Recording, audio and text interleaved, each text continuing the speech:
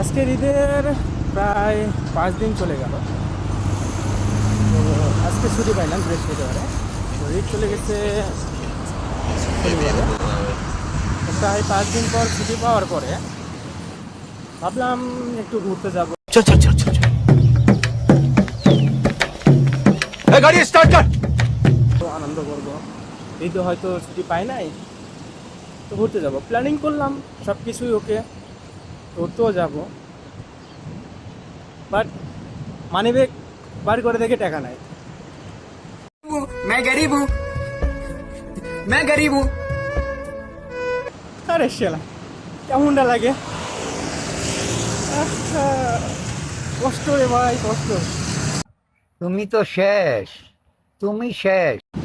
যাই হোক, ঘুরতে যখন যাইতে পারলাম না, তো রুমে যেয়ে খেলে ঘুম হবে।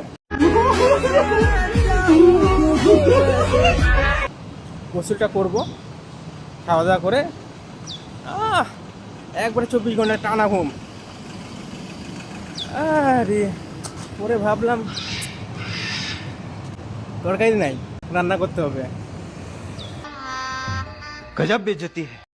আবার শুনি কি আজকে বলে রুম পরিষ্কার করতে হবে আমাকে। আল্লাহ, সুখ বলে কি কিছু রাখো নাই আমার জীবনে তুমি? লাউ ঠেলা, এত প্ল্যানিং করে লাভটা কি হলো? ছুটির দিনে একটু রেস্ট করব, সেই রেস্টও পাই না। বোকাচোদা কয় কি? এমন এক পরিস্থিতির মধ্যে পড়ে গেছি, একটু রিল্যাক্স হওয়ার মায়েরে ভাব, রিল্যাক্স তো কখনো হয়ই না।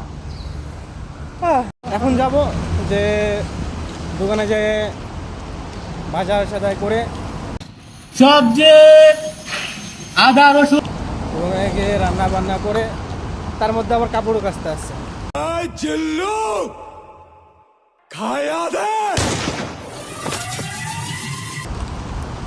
কাপড় কাছে বাসায় কথা বললে ও মারে বাবা, সারাদিন শেষ। দিনটা শেষ করে রাতের বেলা ঘুম, পরের দিন সকালবেলা আর ঘুম হবে না, আবার রাইতের ডিউটি। এই তো প্রবাসী জীবন। কি সুখে আছি রে ভাই, প্রচুর সুখ। প্রবাস মানে সুখের কোনো শেষ নাই। তুমি তো শেষ, তুমি। আপনারা দেশে যারা যারা আছেন, তাড়াতাড়ি চলে আসেন প্রবাসে। প্রবাসে পাই এত সুখ যা বলে বোঝানোর মতন না। चल चल चल चल चल गाड़ी स्टार्ट कर।